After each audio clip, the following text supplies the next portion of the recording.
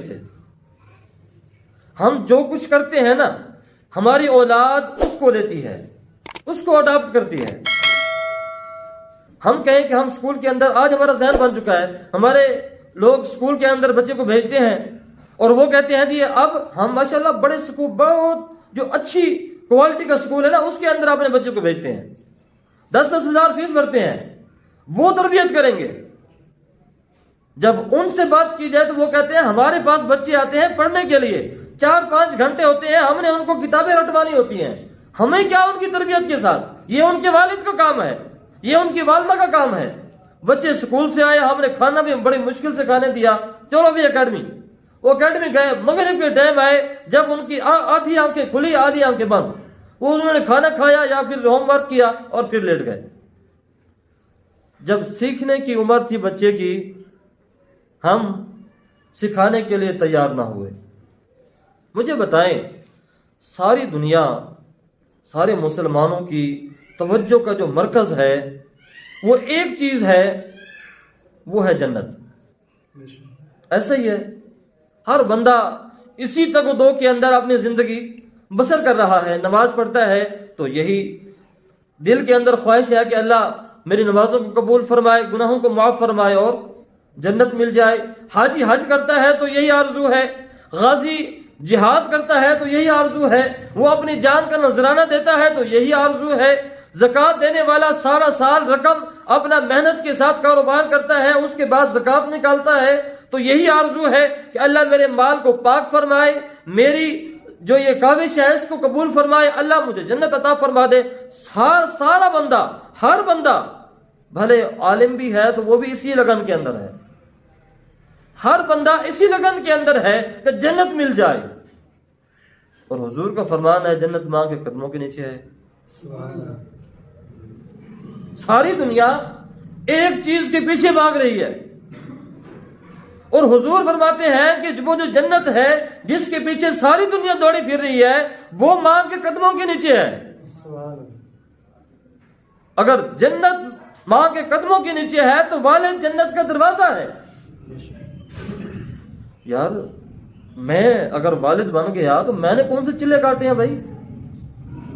جیسے میں والد بنا، جیسے والدہ خاتون والدہ بنی تو اس کو یہ مقام، یہ اعزاز مل گیا۔ اس نے کتنے سو سال عبادت کی کہ یہ اس کو اجر ملا؟ کچھ نہیں جناب والا۔ پھر اتنا بڑا مقام جو دے دیا گیا، اتنا بڑا مرتبہ جو دے دیا گیا، اس کے ساتھ کچھ نہ کچھ ہمارے ذمہ بھی تو لگایا ہوگا۔ جو مقام ملے انسان کو، جو مرتبہ ملے، جو عہدہ ملے، اس کے مطابق پھر انسان کو ذمہ داری دی جاتی ہے۔ آپ کے قدموں کے نیچے، آپ کے ایسے سمجھیں کہ حوالے جنت کو جو کر دیا گیا، اللہ نے آپ کے ذمہ کام کیا لگایا؟ اللہ نے آپ کے ذمہ اولاد کی تربیت لگائی ہے۔ آپ کے ذمہ اولاد کی تربیت لگائی ہے کہ آپ نے ایک نسل کو تیار کرنا ہے۔ آپ کی مرضی ہے دیندار بنائیں، آپ کی مرضی ہے انہیں حلال اور حرام کی پہچان بتائیں۔ آج دو جمع دو چار تو کرنا سکھائے جاتے ہیں، کاروبار کے سلیقے سکھائے جاتے ہیں، نقصان سے بچنے کا طریقہ تو سکھایا جاتا ہے۔ کوئی والد اپنے اولاد کو یہ بھی بتاتا ہے کہ بیٹا سود حرام ہے، بیٹا رشوت نہیں لینی، بیٹا زنا نہیں کرنا، بیٹا ناجائز جو ہے وہ منافع خوری نہیں کرنی، نماز کی پابندی کرنی ہے۔ آج جو والد بچے کے سکول نہ جانے پر ناراض ہوتا ہے، کیا اتنا ناراض ایک نماز چھوڑنے پر ہوتا ہے والد؟ اگر نہیں ہوتا تو یقیناً تربیت کے اندر کمی ہو رہی ہے۔ جناب والا مختصر وقت ہو چکا ہے۔ نرم مٹی ہو نا تو کمہار کی مرضی وہ جو مرضی بنا دے، وہ گلاس بنا دے، وہ جگ بنا دے، وہ دیگچی بنا دے۔ جب وہ مٹی سخت ہو جائے، وہ مٹی پھر لے کے جائے کمہار کے پاس کہ یار اس کو لگانا بھی کچھ نہیں ہے، بس اسی مٹی کا میرے سامنے ایک گلاس بنا کے دکھاؤ، وہ بنا دے گا۔ سنار کے پاس ہار لے کر جائیں، انہیں کہیں جی اس سونے کو آپ نے بس ایسا کرنا ہے کہ تب اس کے اندر چینج کر دیں، کرنا بھی کچھ نہیں ہے آپ نے۔ وہ کہے گا بھائی پہلے اس کو آگ میں جلائیں گے، نرم کریں گے، پھر جو ہوگا ہوگا۔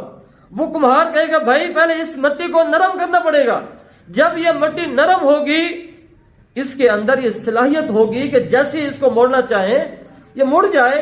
پھر اس کے اندر یہ کاوش ہے جناب والا، وہ جو بچہ ہے نا آپ کا 8 سال سے لے کر 15-16 سال تک جو بچہ ہے وہ نرم مٹی کی مانند ہے. آپ کی مرضی ہے آپ اس کو گلاس بنائیں، آپ کی مرضی ہے آپ اس کو اچھا بنائیں، آپ کی مرضی ہے آپ اس کو نیک بنائیں، آپ کی مرضی ہے آپ اس کو گناہوں کی لت لگا دیں. بس جب یہ عمر گزر جائے گی نا 15-16 سال 17-18 سال، اس کے بعد پھر اچھا ذہن بنے یا برا ذہن بنے، پھر ذہن بن گیا، ذہن بن گیا.